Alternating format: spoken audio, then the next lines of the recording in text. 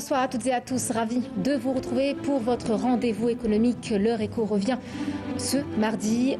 Donc ce soir, notre émission sera consacrée à l'inclusion financière en Algérie, une inclusion qui offre la possibilité aux individus ou aux entreprises d'accéder à toute une gamme de produits et de services, transactions, paiements, crédits ou encore assurances qui soient d'un coût abordable, utile bien sûr et adapté à leurs besoins. Vous l'aurez compris, ce soir, nous plongerons au cœur d'un sujet crucial celui de l'accès équitable aux services financiers dans notre pays.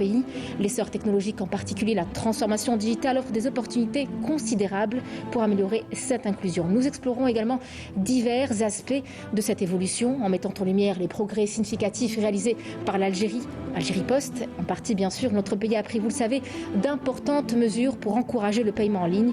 Les chiffres annoncés cette année par Algérie Post sont très encourageants, mais restent tout de même en deçà des capacités d'un grand marché comme celui de l'Algérie. Nous aborderons également l'émergence des fintech et autres formes d'innovation, ainsi que les systèmes de paiement mobile et leur potentiel pour propulser l'inclusion financière en Algérie. Et puis nous pourrons passer ce gap sans une éducation financière pour encourager les consommateurs à adopter les paiements en ligne. Une éducation financière qui fera en sorte que le secteur apporte une réelle contribution à la croissance économique, à lutter également contre la précarité. Pour en parler, nous avons ce soir avec nous, experts et spécialistes du domaine.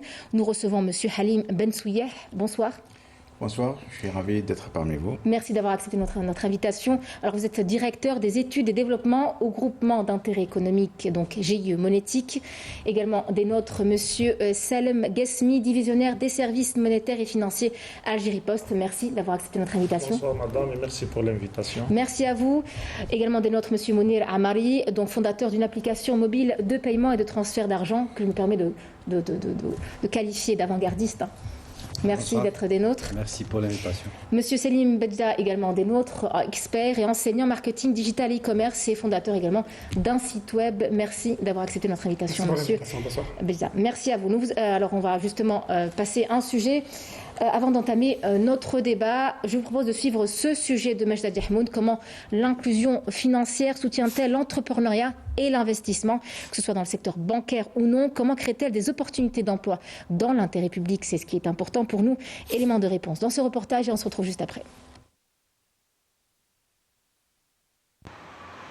L'inclusion financière désigne la situation dans laquelle tous les individus peuvent accéder à des services financiers qui améliorent leur bien-être, notamment les personnes à faible revenu et les catégories fragiles, des personnes non bancarisées ou sous-bancarisées qui se trouvent exclues du système financier formel. Devant les défis actuels, une approche novatrice de l'accès aux services financiers s'impose. La finance inclusive innovante peut jouer un rôle clé dans la création d'une économie plus équitable et accessible à tous. Cette rencontre a mis en avant l'importance de la promouvoir en Algérie afin d'englober un public plus large. L'inclusion financière, elle donne plus d'accès aux citoyens algériens d'ouvrir des comptes et d'utiliser les moyens de paiement électronique, notamment par le développement de son application mobile Beridimob, qui permet qu'aujourd'hui on fait plus de 3 millions d'opérations par mois, de paiements de factures, de recharges téléphoniques et plus de 11 millions d'opérations de virements de compte à compte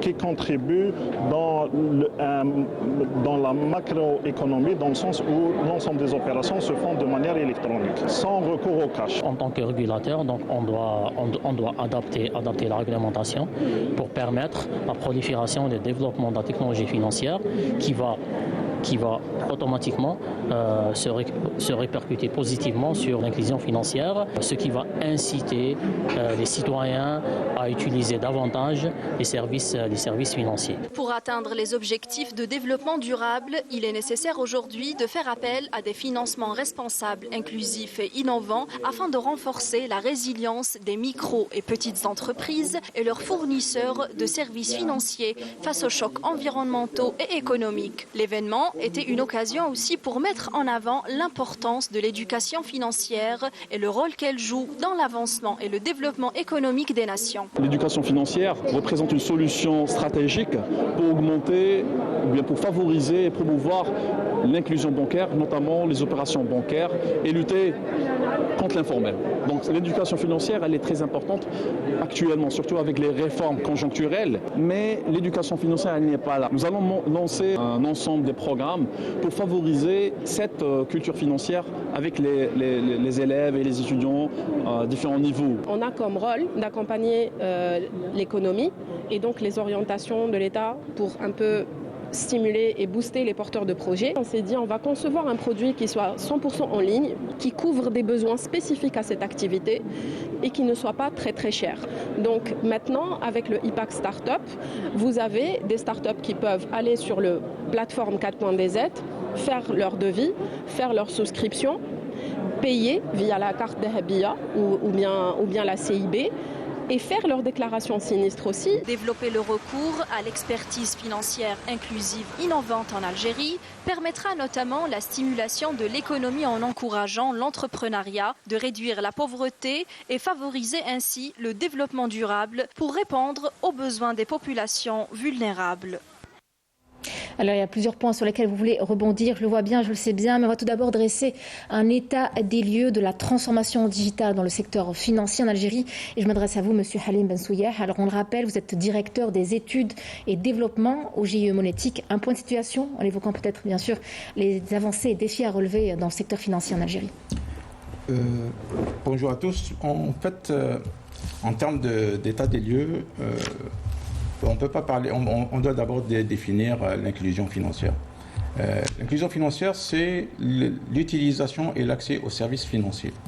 Et elle est vue de par le monde, notamment au sein des populations marginalisées.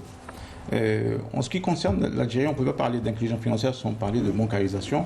Nous avons un taux suffisamment appréciable en matière de bancarisation. Nous avons atteint pratiquement, on va dire, entre 45 et 50% de taux de bancarisation. En termes de nombre de comptes, nous sommes très à l'aise. Donc, en termes d'inclusion financière, on s'intéresse avec les nouveaux services qu'on essaie de déployer. On s'intéresse justement à toute la population qui est marginalisée, qui n'a pas accès, notamment avec notre territoire qui est assez large, qui n'a pas accès aux services financiers. Le service financier de base, c'est pouvoir accéder à un compte, avoir des services financiers adossés dessus et pouvoir réaliser des transactions. Je pourrais vous parler en termes d'état des lieux. Aujourd'hui, nous pouvons être fiers par rapport à ce qui a été réalisé depuis 2020 jusqu'à 2024. Nous avons franchi pas mal d'étapes assez importantes, notamment en réalisant l'interopérabilité entre les systèmes bancaires et les systèmes Algérie Post, et permettant à tous les citoyens d'accéder donc de manière uniforme avec le moyen de paiement qui est la carte qui est donnée donc au porteur. Indifféremment, que ce soit sur des distributeurs automatiques ou les terminaux de paiement électronique qui sont déployés, que ce soit les banques ou Algérie Post qui déploient, donc les utilisateurs, les porteurs, les citoyens peuvent avoir accès aux mêmes services financiers. Par rapport aux chiffres, je pourrais vous dire en termes de déploiement des moyens de paiement. En ce qui concerne les cartes, par exemple, nous sommes aujourd'hui arrivés à presque de 15,5 millions de cartes qui sont en circulation. Nous réalisons des transactions de plus en plus importantes.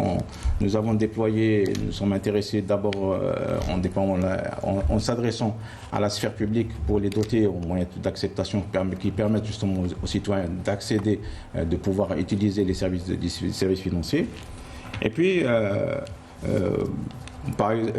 en termes d'État, les différentes situations sont disponibles sur le site du GIE. Nous publions régulièrement des états par rapport à l'évolution des transactions. Nous enregistrons des transactions assez intéressantes en termes de croissance. Beaucoup de choses restent à faire, j'imagine encore. Alors, ce qu'on est en train de faire, c'est de diversifier ces moyens de paiement en permettant des solutions innovantes, comme le mobile payment, pour pouvoir justement adresser ces populations qui restent quelque part loin des agences bancaires ou des bureaux de poste, et pour pouvoir les toucher. Au jour d'aujourd'hui, nous avons pas mal de solutions de mobile payment qui ont été déployées par certaines banques, notamment par AG Post également. Et nous travaillons pour les rendre interopérables. Très bien. Voilà. Non, mais vous voulez dire autre chose? Non, c'est bon. Ah, très bien. Alors, Monsieur Salem Ghasmi, je rappelle que vous êtes divisionnaire des services monétaires et financiers à Algérie Post. Alors, est-ce qu'on pourrait, juste pour rejoindre Monsieur Bensouya, est-ce qu'il disait comment est-ce que Algérie Post contribue-t-elle à l'inclusion financière, notamment en atteignant peut-être les régions sous-desservies ou les populations plutôt un peu mises de côté au niveau des zones rurales et enclavées? Le critère numéro un dans l'inclusion financière, c'est donner l'accès aux services, donner l'accès aux citoyens, d'ouvrir un compte courant. Aujourd'hui, Algérie Post a plus de 23 millions de comptes et à travers ces comptes-là, nous offrons pas mal de services financiers, beaucoup de services financiers même. Et l'accès aux services financiers à travers Algérie Post, dans les 4200 bureaux de poste, permet aux citoyens algériens qui sont dans les zones rurales, les zones d'ombre, à avoir des services, à pouvoir effectuer des transactions financières. Nous pouvons citer des opérations financières, même pour des clients qui n'ont pas de compte CCP. Il y a l'allocation familiale de solidarité où le citoyen n'a pas de compte CCP, mais il pourra apercevoir sa prime mensuellement à travers le réseau postal. Ça, c'est des services financiers qui sont dans l'ensemble du territoire national pour des clients qui n'ont pas de compte. On parle aussi, à travers Algérie Post, nous faisons des opérations de transfert d'argent, ce qu'on appelle le mandat, qui est un service postal et qui permet aux citoyens algériens qui n'ont pas de compte CCP, qui n'ont pas de compte courant, de faire des opérations de transfert d'argent. Ça, on parle d'inclusion financière. Aussi, aujourd'hui, Algérie Post, à travers son réseau postal, à travers ses 4200 bureaux de poste et ses 1986 guichets automatiques de banque, et par le déploiement de 12 millions de cartes Dahabia, permet aux clients d'Algérie Post de faire des opérations à distance, des paiements de factures, des virements de compte à compte. Nous sommes convaincus que nous devons faire ce saut technologique et d'adopter le paiement par mobile, les plateformes que nous avons à l'instar de Beridimob ou bien de notre espace client ECCP permet aux clients détenteurs de la carte Dahabia de faire des opérations monétiques à distance. L'objectif au niveau d'Algérie Post, c'est de ne pas recourir au cash. Aujourd'hui, c'est beau de dire que lutter contre l'informel en partie. C'est lutter contre l'inflation beaucoup plus, de garder ce cash, cette masse monétaire dans un circuit électronique, dans un circuit formel. Quand on parle de paiement par mobile, aujourd'hui, au niveau à travers Beridimob, nous faisons plus de 3 millions d'opérations par mois de paiement, de factures, de recharge, plus de 1 million d'opérations de virements de compte à compte. C'est une liquidité que nous sommes en train d'absorber à travers ces applications mobiles. Donc ce fossé est en train de se réduire petit à petit. Très bien. Alors Mounir Amari, vous êtes, rappelons-le, le fondateur d'une application mobile de paiement et de transfert d'argent, une application qui est sur le marché depuis quelque temps déjà. Quelles sont les principales innovations que cette application propose pour faciliter l'accès aux services financiers, en particulier pour les segments de population un peu moins connectés, comme je disais à M. Ghasmi tout à l'heure? Merci. Bonsoir encore une fois. Donc notre application qui s'appelle SlickPay, c'est une application mobile qui facilite aux marchands, je précise marchands, pas forcément avoir un site web ou une plateforme pour accéder au e-payment. Donc à tout commerçant. À tout commerçant, c'est-à-dire nous avons facilité l'accès à cette fonctionnalité. Donc tout le monde peut générer des liens de paiement et partager ces liens avec des clients. Donc, par cette application, nous avons encore facilité l'accès à ce service de e-payment.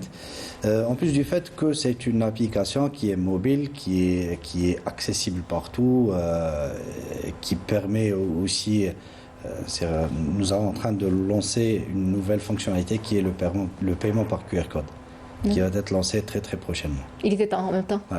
Il était temps. Alors Salim Bedjda, donc vous êtes expert, enseignant en marketing, digital et e-commerce et fondateur d'un site web également. Alors on imagine que le marketing digital a bien un rôle dans la promotion des services financiers inclusifs, en particulier ceux liés au paiement mobile. Alors pouvez-vous nous partager des exemples de bonnes pratiques en matière de marketing digital qui vont augmenter l'adoption des solutions financières digitales en Algérie? En fait, je voudrais revenir par rapport à quelques chiffres statistiques révélateurs de l'état de l'e-payment en Algérie. Oui. Donc, si on parle de l'e-payment, c'est à peu près, si je ne me trompe pas, aujourd'hui, on est à 8 millions en 2023. On a atteint les 8 millions d'opérations, tandis qu'en 2019, on était à 400 000. 2020, avec l'interopérabilité, on est passé de 400 000 à 4 millions d'opérations. Le Covid, malheureusement, heureusement, le Covid y est pour quelque chose aussi.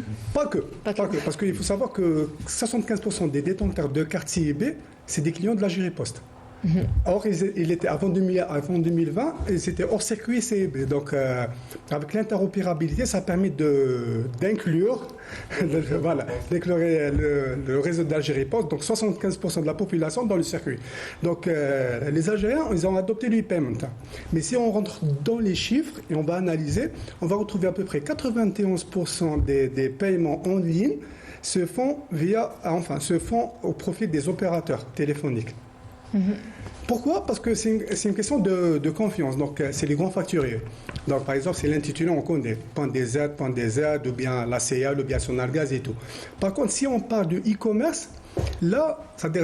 Un peu plus de méfiance, déjà. Exactement. Moins d'habitude, donc d'où on... Moins de méfiance, parce que déjà, avant, c'est un service. C'est-à-dire, quand on paye la facture téléphonique, ou bien l'abonnement d'Internet, ou bien le Sonargaz, c'est un service. Donc, on reçoit instantanément le reçu de paiement. Par contre, pour les produits, c'est une autre paire de manches. Donc, c'est une question de confiance, il y a de la livraison derrière, il y a de la contrefaçon, il y a beaucoup d'aspects qui freinent le e-payment. Cela dit, on est passé de 400 000 en 2019 à pratiquement 8 millions de transactions en 2023. Donc, je pense qu'on a rattrapé le retard. Et l'avenir, avec surtout celui qui va démocratiser le e-payment, c'est le mobile payment. C'est le QR code. On a vu déjà un exemple qui a fait le tour des réseaux sociaux au Sénégal, où il y a un épicier dans un petit village, où il y a une tétrole avec QR code, tu achètes 2 bouteilles de jus et tu payes instantanément. C'est un petit épicier, c'est pas même pas. Donc le mobile payment va vraiment démocratiser le paiement électronique. Voilà. Et bien sûr, il faudrait une volonté politique aussi qui accompagne tout ce beau paysage-là. Je pense que j'essaierai d'intervenir par rapport au cas du Sénégal. Vous pouvez aller à Mena aujourd'hui, dans un village à Batna, et le paiement par QR code existe et il est offert par Algérie Post. On a toujours tendance de dire qu'au Sénégal existe et en Algérie on ne peut pas, ou bien c'est.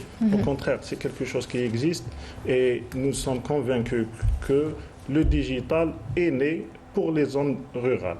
Tout à fait. Et c'est lui qui va booster un petit peu, qui va démocratiser ce paiement électronique.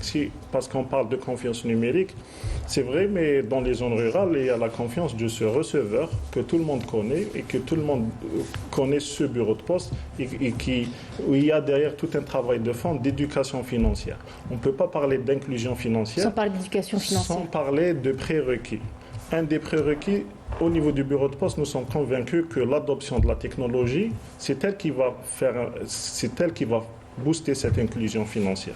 Raison pour laquelle beaucoup de projets structurants au niveau d'Algérie Post, nous avons 4200 bureaux de poste qui sont totalement connectés. Il y avait tout un projet de modernisation de réseau et télécom pour permettre au client qui est à Tamarras d'avoir le même service que celui qui est à Sogaras ou bien que celui qui est à Oran, donner cette équité par rapport à l'accès aux services. L'infrastructure réseau, c'est quelque chose de très important. Le déploiement de solutions, nous avons déployé une plateforme monétique qui répond à des standards internationaux sur le volet sécurité et qui est évolutif. Ça, d'autre part, nous avons aussi, on ne peut pas parler de paiement en ligne dans une première phase si nous n'avons pas cette carte de paiement au niveau des banques ou bien au niveau d'Algérie Post. raison pour laquelle Algérie-Post a travaillé sur la mise à pied d'un centre de fabrication de personnalisation des cartes qui permet aujourd'hui de fabriquer des cartes et d'avoir cette sécurité, cette autonomie en termes de fabrication de cartes qui est un instrument de paiement qui est très important. Le saut technologique, c'est quelque chose qu'on doit passer et qu'on doit adopter. Nous avons 50 000 TPE qui sont déployés pour 2 millions de cartes. On ne pourra jamais déployer 2 millions de TPE en une année. Mais on peut déployer des applications mobiles qui vont encourager justement le passage et démocratiser notamment pour les commerçants. Le paiement. Pour le commerçant et pour le qui est plus ou moins réfractaire en ce moment, on le sait bien. Oui, mais dans les zones rurales, nous avons l'expérience parce que nous avons des bureaux à Ain Ghazam, nous avon des bureaux à Mena qui ont un petit peu qui ont fait preuve d'adoption de ces moyens de paiement digitaux. Absolument. Alors, Monsieur Halim, je reviens vers vous. Ben Souya, alors vous êtes donc dans GIE Monétique, vous représentez aujourd'hui cette entreprise-là. Pour ce qui est de la collaboration avec les institutions financières, il le faut, on est obligé. Qu'est-ce qui est fait à votre niveau pour encourager justement l'innovation dans le secteur et renforcer cette inclusion financière dont on parle à travers des solutions, bien sûr, technologiques avancées? D'abord, la composition du GIE, le GIE est composé justement par l'ensemble des banques et Algérie Post ainsi que la Banque centrale. Donc en termes de coordination des actions, nous sommes outillés pour ça. Pour revenir, je voudrais juste rebondir par rapport à ce que disait mon collègue ici. Concernant le QR code, c'est vrai que cette vidéo a fait un petit peu le buzz sur les réseaux sociaux, mais elle existe depuis longtemps en Algérie. Nous avons aujourd'hui plusieurs solutions, en plus de la solution d'Algérie Post qui permet le paiement par QR code. Nous avons d'autres solutions, les banques ont mis en place et ont mis en œuvre des solutions de paiement par QR code. Nous avons aussi des fintechs, nous avons la chance d'avoir avec nous M. Mounir. Pour vous dire que en termes de déploiement de solutions mobiles, il a été, aujourd'hui, nous sommes à l'aise en termes d'inclusion financière à cause d'un taux de bancarisation assez, on va dire, confortable, dans le sens où toutes les solutions mobiles qui sont aujourd'hui mises en œuvre et prochainement la solution mobile interbancaire sera mise en œuvre. Tout cela est rendu possible grâce à la bancarisation. Parce que, en réalité, toutes les solutions mobiles aujourd'hui sont basées sur la carte. Ça veut dire pour pouvoir utiliser son téléphone mobile, vous devez d'abord avoir un carte et avoir un compte surtout. Un compte. Donc en termes de bancarisation, nous sommes à l'aise. Nous pouvons donc aller vers des solutions mobiles ou autres.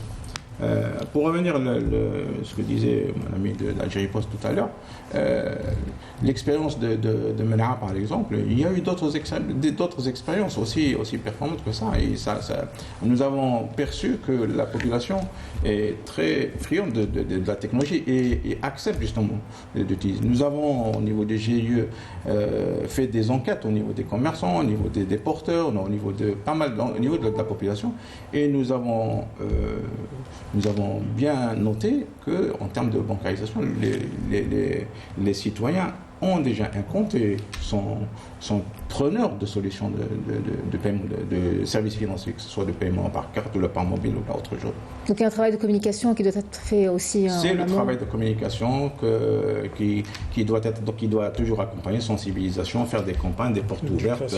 Voilà. On revient encore à la notion d'éducation financière. Parce que souvent le citoyen, le consommateur X lambda ne sait pas qu'il a accès à tel ou tel service. Oui, par rapport à l'éducation financière, il y a des campagnes qui sont menées régulièrement. Nous avons l'association des banques qui mène, d'ailleurs c'est en cours la semaine prochaine, il y aura donc des campagnes de sensibilisation, des campagnes d'éducation. Il y a des programmes qui sont en train de se préparer pour les intégrer dans justement le système de l'éducation nationale, pour justement amener que ce soit les lycéens ou les universités, enfin les étudiants, à cette éducation financière qui leur permettrait donc de comprendre ce que c'est qu'une carte, ce que c'est qu'un moyen de paiement, ce que c'est qu'un terminal de paiement électronique, qu'est-ce qu'on peut faire avec un moyen digital pour pouvoir faire des transactions financières. Très bien. Alors, Monsieur Mounir Amari, on parlait tout à l'heure avec notre expert et enseignant, Monsieur Bedia, du climat de confiance qui poussait forcer justement les consommateurs à payer en ligne, donc utiliser leur carte et faire leurs achats, payer leurs factures, etc. Comment est-ce que votre application mobile de paiement aborde-t-elle les défis de la sécurité et du respect de la confidentialité pour les consommateurs? Justement, c'est pour information, notre application est certifiée aux normes les plus rigoureuses de sécurité, aux normes internationales, PCI DSS pour ceux qui connaissent. Oui. Et aussi, elle est homologuée par le GIE Monétique. Donc, c'est une application qui a été déposée, on va dire, chez le GIE Monétique pour cette homologation. Elle est homologuée par un laboratoire accrédité par le GIE Monétique. Donc, c'est une application qui est à 100% sécurisée et qui permet... Si on parle de confiance aujourd'hui, on doit gagner cette confiance. Nous, de notre côté, en tant que développeur, en tant que fintech, on essaie de s'outiller et on essaie d'avoir le maximum, de respecter au maximum toute la réglementation et se conformer à toutes les normes de sécurité et tout ce qui existe comme, on va dire, outils ou façon pour mettre en confiance cet utilisateur. Donc, de notre côté, c'est ce que nous faisons. Après, on a parlé aussi d'éducation. C'est toujours ce mot qui revient à chaque fois. Donc, il y a éducation. Sensibilisation, c'est vrai. Voilà, l'autre challenge, c'est la réglementation en vigueur. Parce qu'aujourd'hui, la fintech, elle est on va dire, menottée. Il y a une réglementation qui est en vigueur. On ne peut pas innover si la réglementation n'est pas à jour. Donc, ceux qui travaillent en respect de cette réglementation ne peuvent pas, à dire, aujourd'hui innover. C'est vrai qu'il y a eu la nouvelle loi sur la monnaie de crédit qui prévoit l'émergence de ces fintechs. Donc, nous, de notre côté, on essaie de voir la partie pleine du verre et on attend les textes d'application pour pouvoir lancer d'autres fonctionnalités et d'autres options et offrir à ce citoyen des moyens plus faciles, plus accessibles pour des paiements en ligne ou de transfert d'argent. C'est que, donc en gros, vous dites vraiment que voilà, il est important aujourd'hui de collaborer, de travailler avec des organismes de régulation, les autorités locales pour renforcer cette crédibilité dont vous parlez. Tout à fait. D'ailleurs, on est en permanence, c'est-à-dire en collaboration en permanence avec le GIE, avec la SATIM. Donc, on fait régulièrement des réunions avec eux. Très bien. En termes de régulation, la Banque centrale a toujours une posture prudentielle et c'est partout dans le monde, c'est comme ça. Il y a eu quand même un saut qualitatif en termes de réglementation. La nouvelle loi monétaire et bancaire a justement annoncé un certain nombre de choses.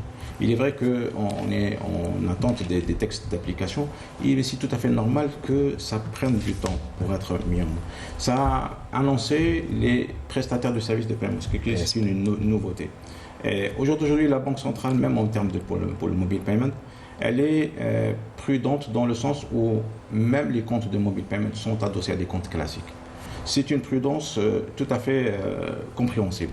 Ce qu'il faut savoir, c'est que cette nouvelle loi, elle annonce des choses. Il faut juste être patient et être préparé. Ça ne veut pas dire qu'on va dormir. Être préparé et demain, les prestataires de services de paiement, comme les fintech, comme les startups, comme d'autres acteurs, vont intégrer justement le système de paiement en proposant des services innovants qui seront en quelque sorte un intermédiaire entre les établissements bancaires, Géripost également, et le citoyen. Et ils vont jouer ce rôle-là de passerelle entre les deux en proposant des services innovants, des solutions mobiles qui permettent de faire beaucoup de choses, comme ce que vous faites aujourd'hui, le transfert de compte à compte, de transfert qui sera interbancaire serait plus intéressant.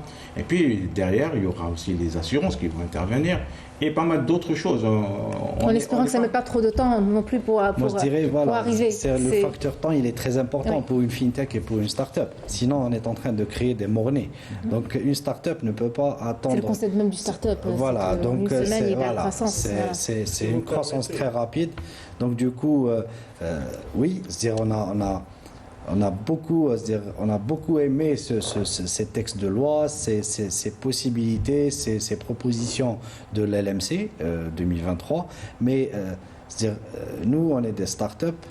on compte le temps en minutes. Des mois et des mois, ça va comme j'ai dit, ça va créer des monnaies.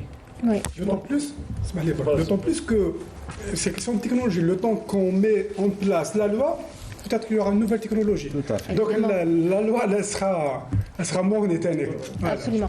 Je pense, si vous permettez, les chiffres sont passés de 5 millions en 2020 au niveau d'Algérie Post, par exemple, jusqu'à 60 millions. C'est les projections de cette année. On voit la progression. Cette progression, elle est due à une progression au niveau de la Banque d'Algérie, au niveau de la SATIM, au niveau du géomonétique, même au niveau de la partie connectivité réseau. On est passé de 1,8 Tera à 7,8 Tera. On a plus de 3,5 millions de foyers qui sont connectés à Internet. Passer de 5 à 60 millions d'opérations en 3 ans, c'est l'effort de l'interopérabilité de tout un écosystème.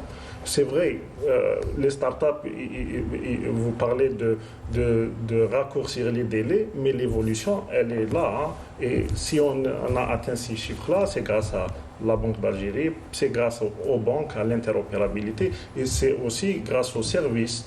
Assurance, par exemple, qui n'était pas en ligne. Aujourd'hui, vous payez vos assurances en ligne. Donc, il y avait un effort qui est considérable, et il y a aujourd'hui une certaine synergie entre l'ensemble des institutions et les entreprises pour y aller de l'avant. La preuve, il y a la loi les textes de loi vont venir. Donc, au contraire, moi, en tant qu'acteur dans cet écosystème, je pense qu'il y a une évolution qui est considérable et nous sommes dans une certaine trajectoire en exponentielle. Et le paiement mobile aussi, c'est lui qui va faire la différence parce qu'on va faire un saut technologique qui est important. On l'espère. Oui, monsieur Bedia. C'est notable. On la voit, on la constate. Sauf qu'on a des trucs, on peut se comparer à d'autres voisins. Donc, par exemple, si on prend des pays subsahariens, sub-africains. Il y a des leçons à tirer, on est d'accord, des autres pays en matière d'avancée technologique. Vous prenez un exemple pour les MENA. Je trouve qu'il y a un travail d'éducation, ça je pense que vous avez mal choisi la cible. Parce que la population algérienne, elle est friande de technologie, donc ils sont là. Je pense que la cible Telecom, c'est plus les commerçants. Il faut les convaincre à adopter ça. Population essentiellement jeune. Pas seulement convaincre, il faut mettre des avantages aussi. Ils ont adopté. Je pense qu'il y avait des magasins qui ont adopté le paiement par QR code. Pourquoi? Parce qu'on peut citer des commerçants qui payent un forfait. Alors que ce forfait-là, il n'a même pas à payer ce forfait. Quand il fait des paiements électroniques, il voit sa recette. Ce forfait-là, il est supérieur à ce qu'il a à payer déjà. Parce qu'on est généralement dans des zones rurales où il y a un forfait qu'il paye chaque mois. Mais s'il a une traçabilité par rapport à ses recettes, il y a des cas où il paye moins. Donc, et dans des zones rurales, il peut payer des gens à 40 000 dinars, 50 000 dinars par mois. C'est juste pour sécuriser son fonds, c'est pour sécuriser sa caisse. Ces 40 000 dinars, s'il les paye en taxes, il va les payer et il a un fonds qui est sécurisé. Je pense que il y a beaucoup de métaphores qui sont dans le sens où le commerçant, il n'a pas à déclarer, mais le commerçant, il a un sérieux problème de sécurisation de ses fonds. Et le paiement électronique, au moins, il lui permet d'avoir cette traçabilité déjà. Et il lui permet aussi de gérer de manière efficace. Et ça rentre dans l'éducation financière, même côté commerce. Voilà, justement. Alors justement, on reste justement dans ce volet-là, donc qui est de l'éducation financière. Comment est-ce qu'on peut adapter tous ces enseignements-là dont vous parlez, messieurs, pour créer des campagnes de sensibilisation qui vont efficaces et ciblées en Algérie, et pour accélérer cette inclusion financière et sensibiliser le consommateur et le commerçant notamment via le paiement mobile? Je pense que le consommateur, il est déjà sensibilisé. On a vu les chiffres, il y a 8 millions de transactions. Donc, mais pourtant, lorsqu'on va leur poser des questions, souvent, ils se disent « Ah, mais on n'est pas au courant, on ne le savait pas, on aurait voulu le savoir, ils ne le savent pas. » Parce que le commerçant ne joue pas le jeu. Voilà. Et là, le TPE, or, j'ai pas de réseau, donc on lui impose un TPE. Parce que la loi, Est-ce que la loi est entrée en vigueur? Est-ce qu'elle est appliquée ou pas sur le terrain? Je ne pense pas qu'elle est appliquée. Voilà, elle n'est pas appliquée. Donc, je ne pense pas qu'elle est appliquée. On revient encore à l'espace-temps, c'est que les lois doivent être appliquées. S'il a un contre l'index TPE, il le voit là. Pourquoi vous ne l'utilisez pas? Ah, il n'y a pas de réseau, il n'y a pas. Donc c'est pour ça que la dernière fois, pendant le meeting qu'on a fait, l'événement qu'on a fait, il y a eu, je crois que c'est la JE, la SATIM, qui fait la maintenance. Il y a Guidini, voilà, qui font la maintenance. Donc ils ont créé des sociétés. Ils ont homologué des sociétés pour faire la maintenance des TPE, parce qu'on avait affaire à 50 000 partout. Mais avant de parler de maintenance, il faudrait peut-être que les pouvoirs publics imposent l'utilisation de TPE. C'est le cas. Et pourtant, ils n'utilisent pas. C'est le cas depuis 2018, dans la loi de finances de 2018 qui a été reconduite chaque année. Il y a cette obligation qui est reconduite et elle va être reconduite aussi. Est-ce que tous les commerces sont munis de TPE? Alors, ce n'est pas le cas aujourd'hui. Voilà. Pourtant, la loi le demande. La loi l'impose. Il y a même une pénalité à payer si jamais les agents des services du ministère du Commerce constatent que le commerçant n'a pas de TPE, il y a une pénalité à payer. Ce que je voulais partager avec vous, c'est qu'on a réalisé 2 enquêtes grandeur nature. Et on a fait des enquêtes auprès des commerçants et on a fait un focus justement sur cette réticence au TPE, en terminal de paiement ou au dispositif d'acceptation de manière générale pour intégrer nos amis d'Algérie Post avec le QR code et demain les solutions de QR code. En réalité, on est parti avec des idées reçues. On croyait que ce qui est communément admis dans les réseaux sociaux, que le commerçant, moi, je ne veux pas que les impôts regardent ce que je fais. C'est souvent la réponse la plus donnée. Et pourtant, lorsqu'on a fait l'étude... Bon, on revient sur l'inclusion financière, oui. Même si on... Oui, c'est l'inclusion financière. Ce qui revient en premier, la première cause de la réticence des commerçants, c'est le fait que le cash soit immédiat. En d'autres termes, le commerçant ne voudrait pas voir son compte crédité attendre jusqu'au lendemain ou sur le lendemain. En réalité, c'est le cash qui est indétrônable. Lorsque vous lui posez la question, vous voulez être payé en cash ou en TPE, il dit cash. Parce que cash, la jouissance est immédiate. C'est vrai, on peut lui poser une carte de crédit avec un compte où il y a 500 000 dinars, ou 100 000 dinars, il prendra les 100 000 dinars, alors qu'il y a 500 000 dinars à côté. Mais pour ça, on y travaille. On y travaille pour ramener justement les transactions financières, les transactions électroniques, à les ramener au temps réel. Ça veut dire que l'instantanéité, exactement. Nous sommes en train de travailler dessus. Ce sera donc notre projet en 2024, Inch'Allah. Il va y avoir le jour où les transactions seront en temps réel. Ça veut dire que les commerçants seront crédités instantanément. Je pense qu'il faut y avoir plus d'avantages. Je pense, c'est mon humble avis. Donc, je cite un exemple. J'ai été dans un pays africain, enfin à l'Est. On prenait des cafés, on payait par carte. Aujourd'hui, en Algérie, cette opération est impossible. Parce que ce commerçant qui vend le café à 50 dinars, il est taxé à 10 dinars. Quand on fait un paiement en ligne. Donc le commerçant n'est pas intéressé, n'est pas gagnant. C'est-à-dire s'il vend une bouteille d'eau et que sa marge est de 5 dinars, le fait d'accepter un paiement en ligne, il va taxer de 10 dinars. Donc on a pioché dans sa poche, à dire ça. Donc il n'a plus de bénéfices et il travaille à perte. Donc je pense que c'est un volet à prendre en considération. Donc, M. Guesmi nous répondra à cette problématique-là tout à l'heure. Oui, continuez. Ouais. Donc je ne suis pas en train de critiquer ce qui existe, mais je suis en train de raconter des faits de terrain. Donc je vous parle de réponses aussi. Oui, donc vous relevez un peu de problématique sur le terrain. Voilà. Monsieur Guesmi ? Je pense qu'il est temps d'aborder la chose en termes de e-commerce. Parce que vous parlez de celui qui vend des cafés, mais nous avons tout un potentiel pour mettre en place des plateformes de e-commerce où le paiement électronique, où on peut démocratiser le paiement électronique à travers un service. Si nous avons un système de paiement qui est résilient, moi je vois l'artisan qui est à Tamrast, il peut vendre en ligne pour le client qui est à Oran. À travers des paiements électroniques, il y a toute une plateforme logistique et de distribution. Et c'est ça, et on parle aujourd'hui de créer de la valeur, de créer des opportunités à travers le e-commerce qui est adossé à un paiement électronique. C'est vrai, stigmatiser les choses par rapport à je vais acheter un café et payer par carte et tout, mais l'Algérie est un continent et nous avons beaucoup d'opportunités où nous allons démocratiser ce paiement. Et ensuite, ce client qui paye en ligne et qui adopte le paiement électronique à travers des plateformes e-commerce, demain, s'il est dans une boutique, il va payer en ligne, il va payer par mots. Et il y a une certitude, nous sommes à 50 000 TPE sur 2 millions de commerces. On ne peut pas parler de payer, d'acheter un café si nous avons ces chiffres-là. Par contre, si on fait ce saut technologique et on adopte le paiement mobile, le commerçant n'a pas à gérer ce TPE, à le maintenir, à l'acheter déjà. C'est quelque chose qui est gratuit, l'accès sera gratuit en quelque sorte, et c'est quelque chose, et c'est des plateformes qui sont pérennes parce que nous n'avons pas des équipements à maintenir aussi. Oui, Monsieur Bedia.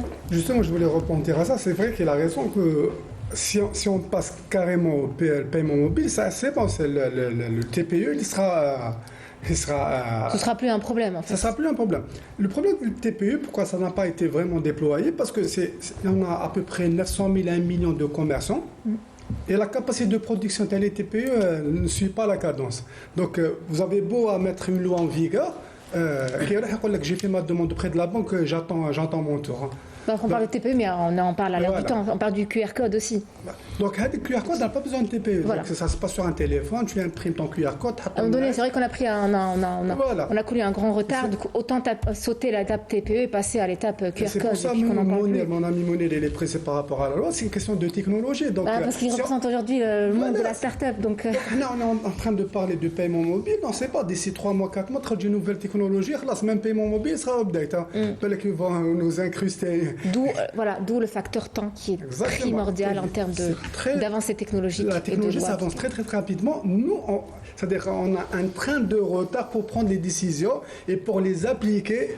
Après, par exemple, là, on aurait le déploiement à la 4G.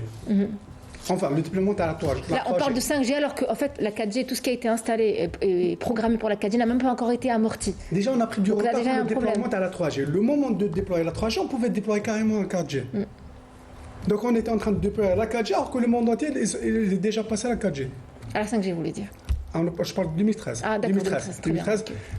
Par exemple, par rapport à nos voisins africains, juin 2013, on a introduit la 3G. Juin 2013, les autres pays étaient déjà à la 4G.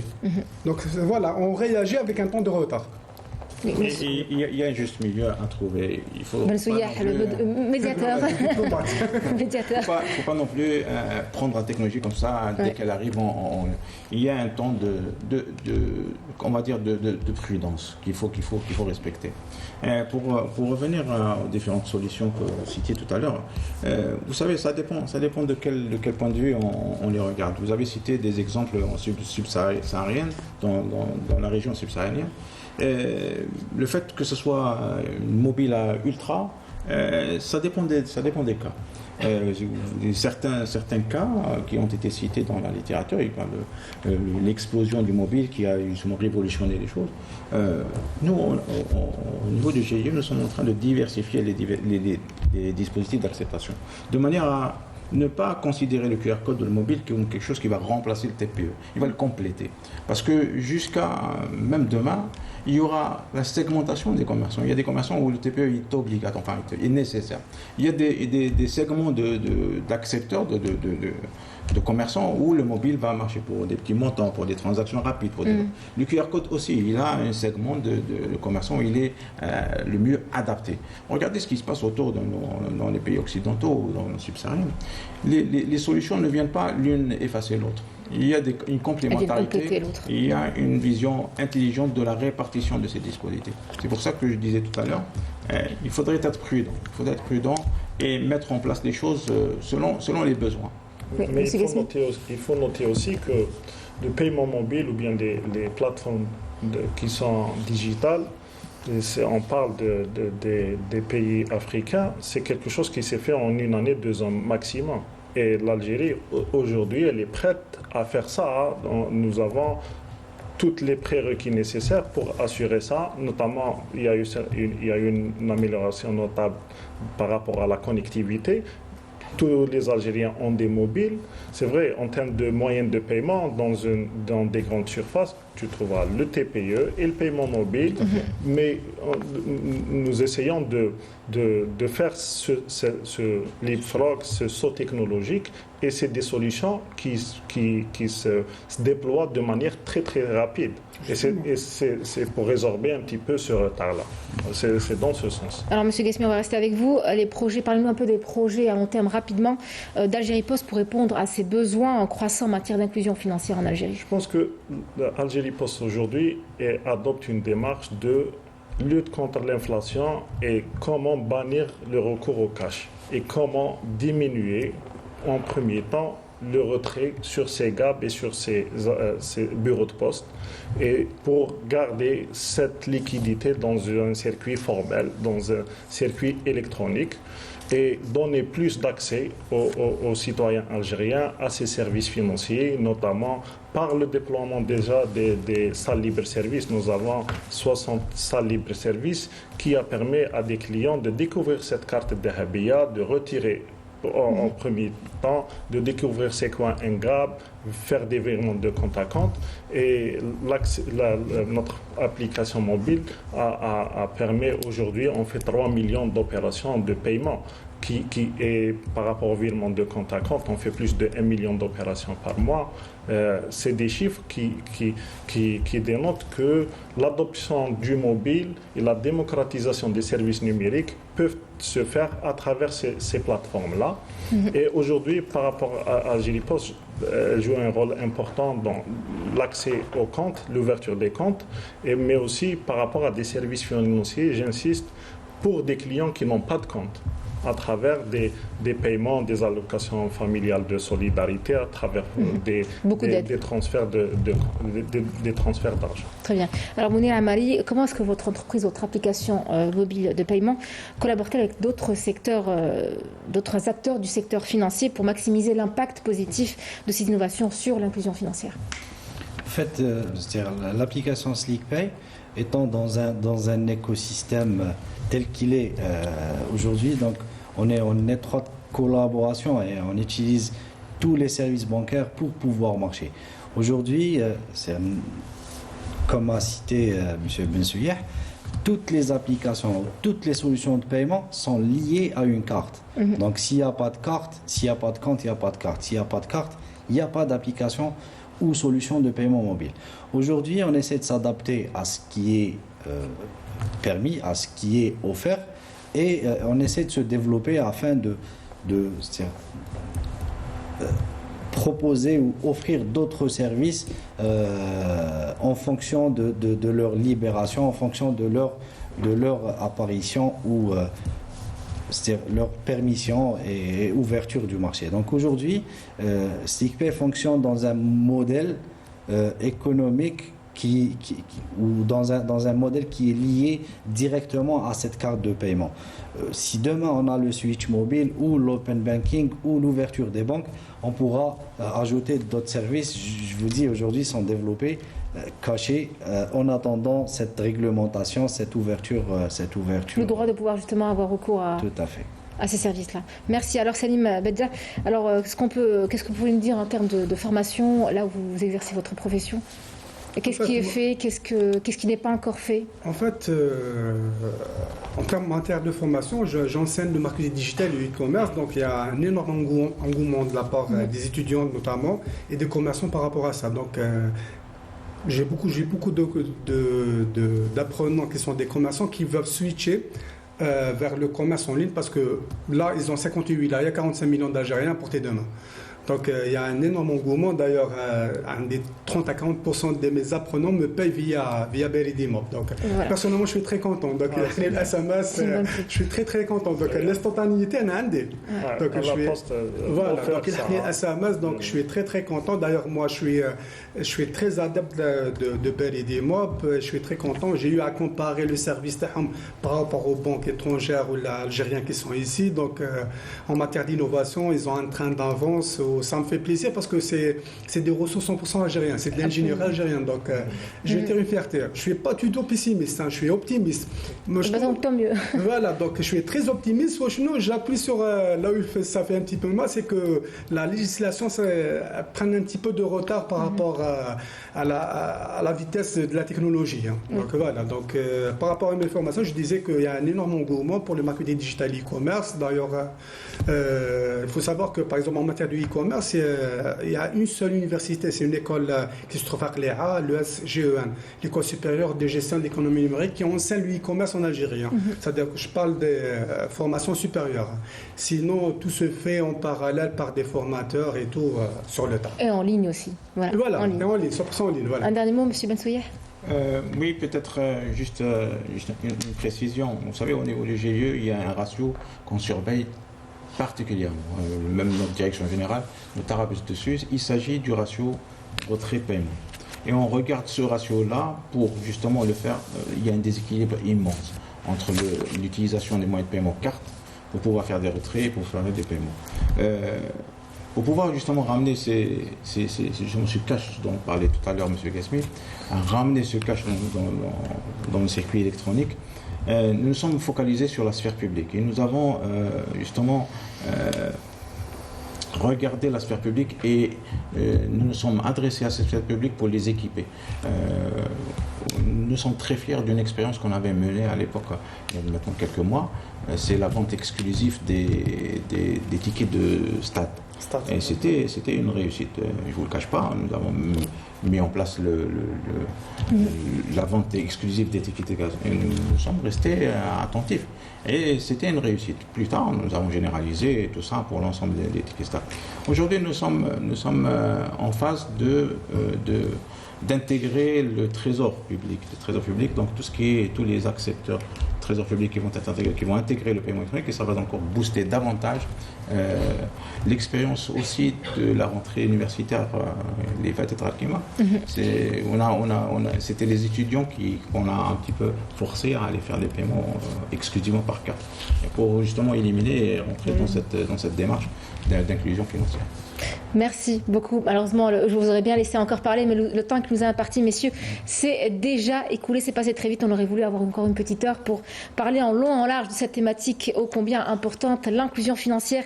Merci d'avoir été avec nous, messieurs. Je rappelle que nous avions sur ce plateau M. Halim Bensouyer, directeur des études et développement au GIE Monétique. Merci d'avoir accepté notre invitation ce soir. Également des nôtres, M. Salem Gasmi, divisionnaire des services monétaires et financiers Algérie Post. Merci pour votre expertise et pour vos détails, vos informations. Également des nôtres, M.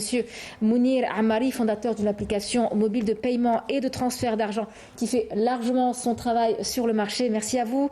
M. Selim Bedja, expert et enseignant, formateur marketing digital et e-commerce et fondateur d'un site web. Merci, messieurs, d'avoir été avec nous. Merci à vous, chers téléspectateurs, de nous avoir suivis. Excellente soirée. On espère que cette émission vous a été utile. On en est sûr. Bonne soirée et à très vite.